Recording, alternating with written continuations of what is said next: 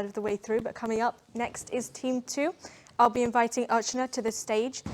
An amazing young woman. You've heard 4 amazing young people so far, but Archana, as her mentor, I can vouch for it. She's got a very, very powerful speech about misogyny in healthcare, how it's not a thing of the past, and be ready because there will be a few unexpected things that you will all be looking forward to. Archana, would you like to come up?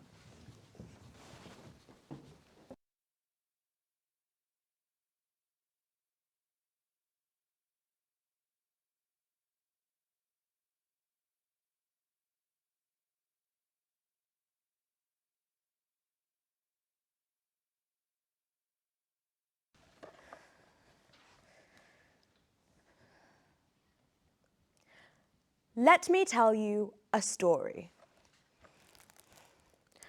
Once upon a time, May 2018, in a far-off land, France, a 22-year-old woman was having a stomachache.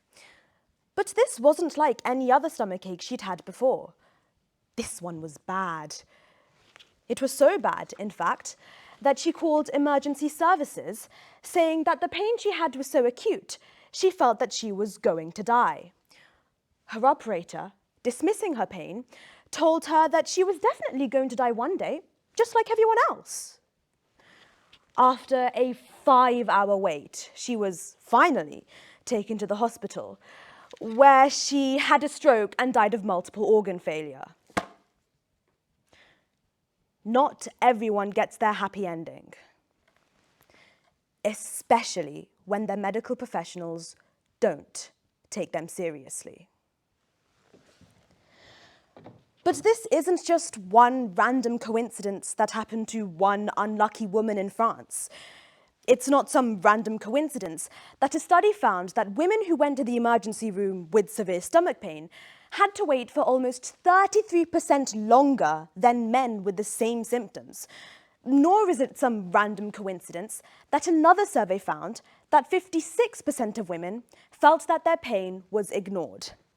It's not some radical agenda for the conclusion to be made that women's healthcare is not being taken as seriously. Women's healthcare is not being taught properly enough, which leads to women's health being constantly overlooked.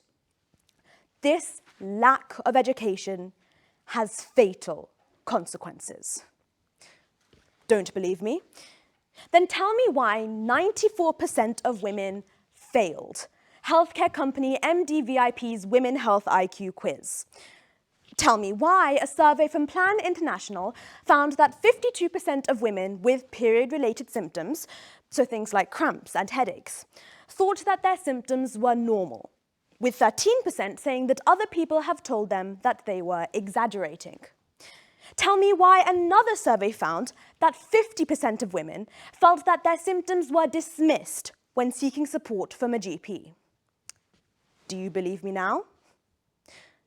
The fact is that women's healthcare is not being taught properly enough. And the facts show that it's not just to the actual women themselves, but also to the medical professionals who might have a chance at helping them. And this isn't just some recent issue either. Since ancient Greece, women's bodies have been seen as underdeveloped versions of men's, leading to there being a lack of education on the differing symptoms of the same illness in men versus women. Now, you would think that this old-fashioned and outright wrong notion would have changed by now, right? Right? Well, if we as a society have advanced so much, then explain to me why women's signs of a heart attack, which are completely different to those of men's, are often referred to as atypical.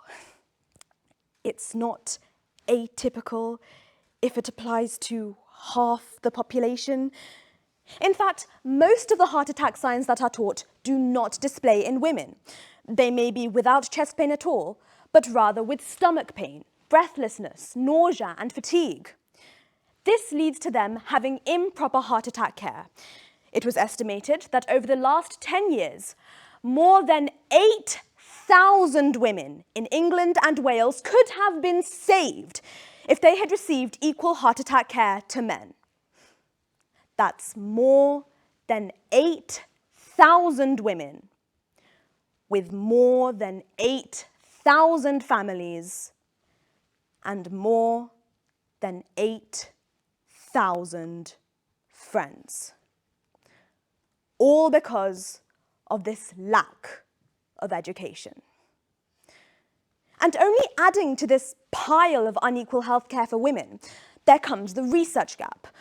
Not only is less than 2.5% of publicly funded research dedicated solely to women's reproductive health, despite the fact that 1 in 3 women will suffer from a gynecological health problem, but women make up less than 22% of clinical trials altogether. In one particular trial, its participant population was composed of 13,385, all men. And yet, in its conclusion, its treatment was recommended for all survivors. Once again, women's bodies were seen as worse versions of men's, leading to there being a one-for-all treatment being encouraged, which of course does not work, and as we've seen, literally kills. It's appalling. But unfortunately, not very surprising. So no, sexism is not a thing of the past. It's still very prevalent in many areas, and the healthcare system is not innocent of this either. Now, I could bombard you with even more facts on how there is 5 times more research into erectile dysfunction, which affects 19% of men, than there is into premenstrual syndrome, which affects 90% of women, as just one example. But I'm sure you already agree that there is still misogyny in healthcare. Women receive less treatment, less medication, less education, and the consequences are lethal. So we need to actually stand up, talk about these issues, change the way the system works. In fact, some of it has been working. The NHS has just set out its 10-goal pledge to end sexism. But of course, this doesn't mean that we just stop fighting. We need to see this through to the end. And hopefully, one day, this story might really become just one random coincidence.